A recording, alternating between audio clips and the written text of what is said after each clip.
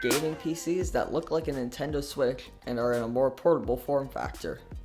These PCs are using normal Windows, so you can basically do all sorts of productivity on them and do whatever normal like PC stuff you'd like to do, but also they're small enough where you can just pop them in a bag and take it wherever you want and go and game with them. And that's its main purpose, is just to go and game on these PCs. But I think that it would be actually kind of smart if you just hooked up a keyboard to this and you could still use it to go and type documents or do kind of other light productivity and stuff on the go. And now you have a gaming PC that doubles as a workstation. This is interesting because it didn't copy off the Nintendo Switch. The design is similar, very similar, but this might actually be the next thing that might overtake Xbox and PlayStation if it is priced reasonably, because people will be like, well, if I can do this, all the stuff I could do on an Xbox and a PlayStation on this little thing, and this thing costs $100 less than both of those, well, why not buy it? So I think something that you're talking about is a less expensive price in that, but I'm not sure if that would happen, because typically with gaming PCs you see a lot higher of a price. Yeah, like $2,000. That's a good gaming PC. That's a gaming PC that like a professional YouTuber will use.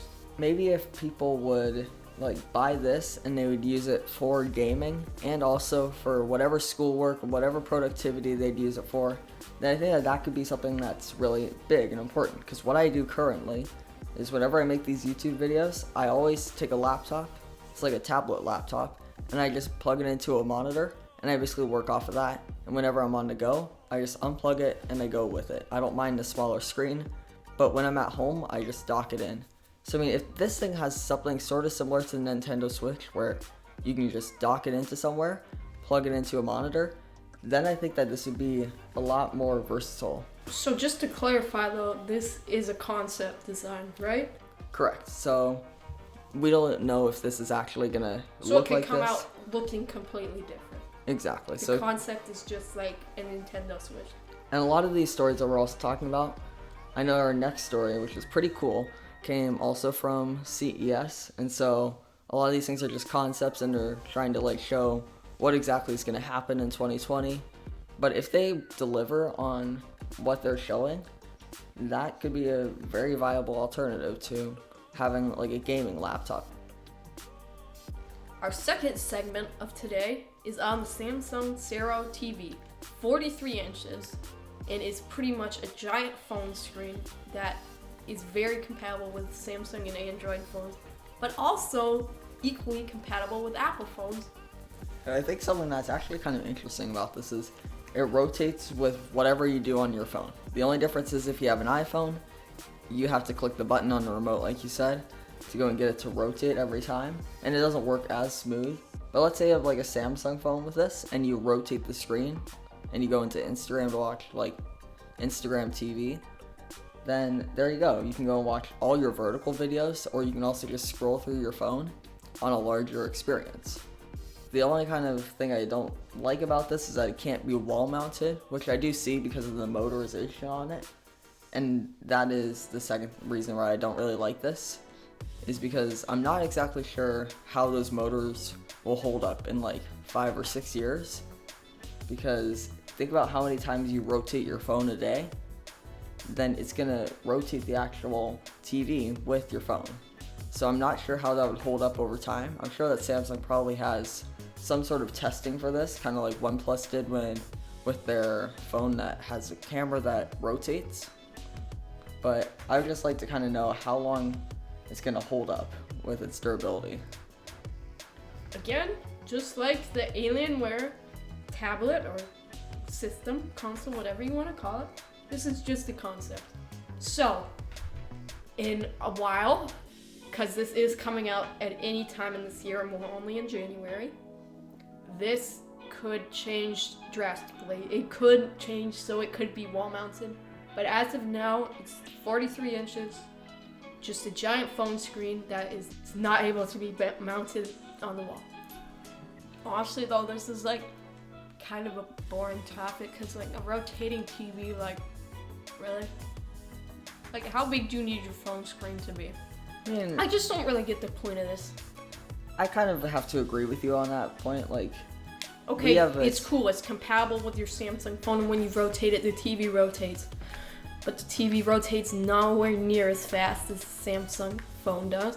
when I'm on my phone, I'm usually not near a TV. That's why I'm on my phone. If I were on my phone and I was right across from me was a TV and I wanted to watch YouTube on my phone, I would just put it on the TV. And I think for some of those cases, yeah, it might be a little bit cool, but this has also got to be pretty expensive, I'd imagine. But one thing though that I actually think would be really cool with this is if it rotated and it was still like this whole phone experience that you cast it over, but it was a touchscreen. Because if you think about it, that would be pretty cool if you can mirror your phone onto a TV. And let's say this can be used in more of a workplace environment or a school, where you could go and scroll through, like, I don't know, like a website, and you could like highlight and circle kind of things on it. And you could use this. I think that touchscreen on this would actually be a lot better than just having a display, because mirroring isn't as useful, I guess, on something on a vertical screen as actually interacting with it, I feel like.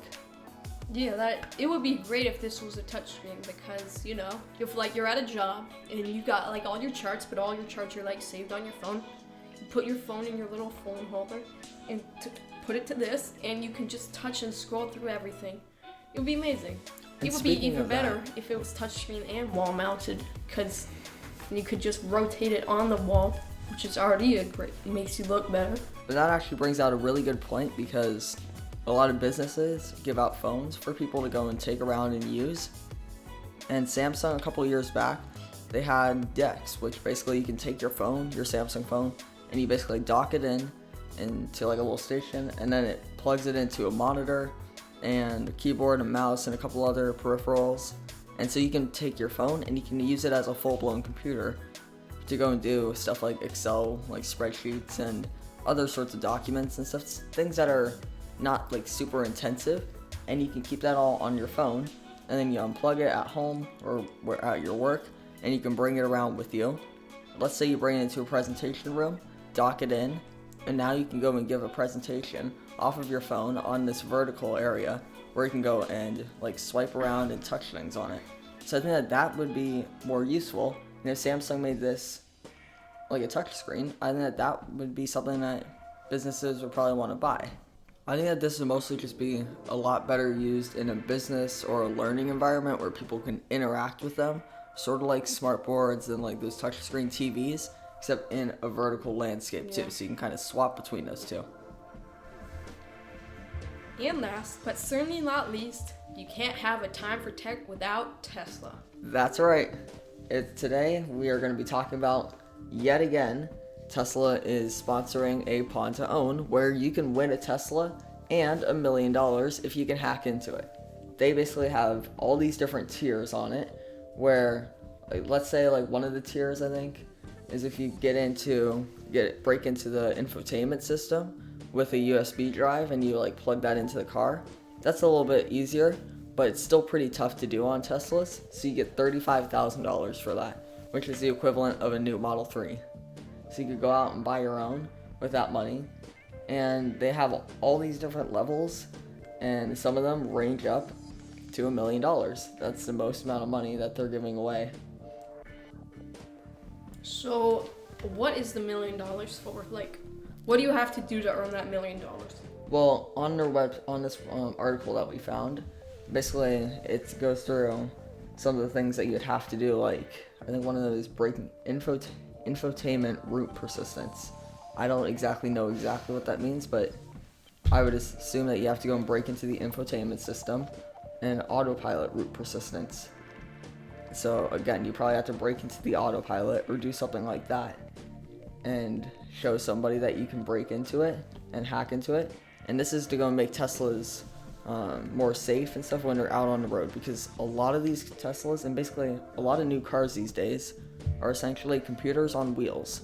Like, they're all controlled by computers. Because every time that you like tap the accelerator, it basically sends, like, it's just connected to like a little wire that tells the motors, hey, the person wants to go faster. Start spinning the motors. That's what it's doing every time that you click it. And on a Model 3, for example, there's only one huge screen in the middle, and that controls everything in the car. And these are all also friendly hackers, so none of them are actually like dangerous hackers out there trying to take the car away. They're friendly hackers that are trying to go and basically break into the car to go and expose some flaws that Tesla can go and fix. Cars have really evolved in like the last 7-8 years, and now they're pretty much just, computers. Thank you very much for your time, and thank you very much for watching Time for Tech episode 6. If you enjoyed this video, please give it a like and subscribe to more tech videos. And click that notification bell so you are notified every time a new video is uploaded. And if you go on Instagram, follow me at Tech Device News. I'll see you next time on Tech Device News.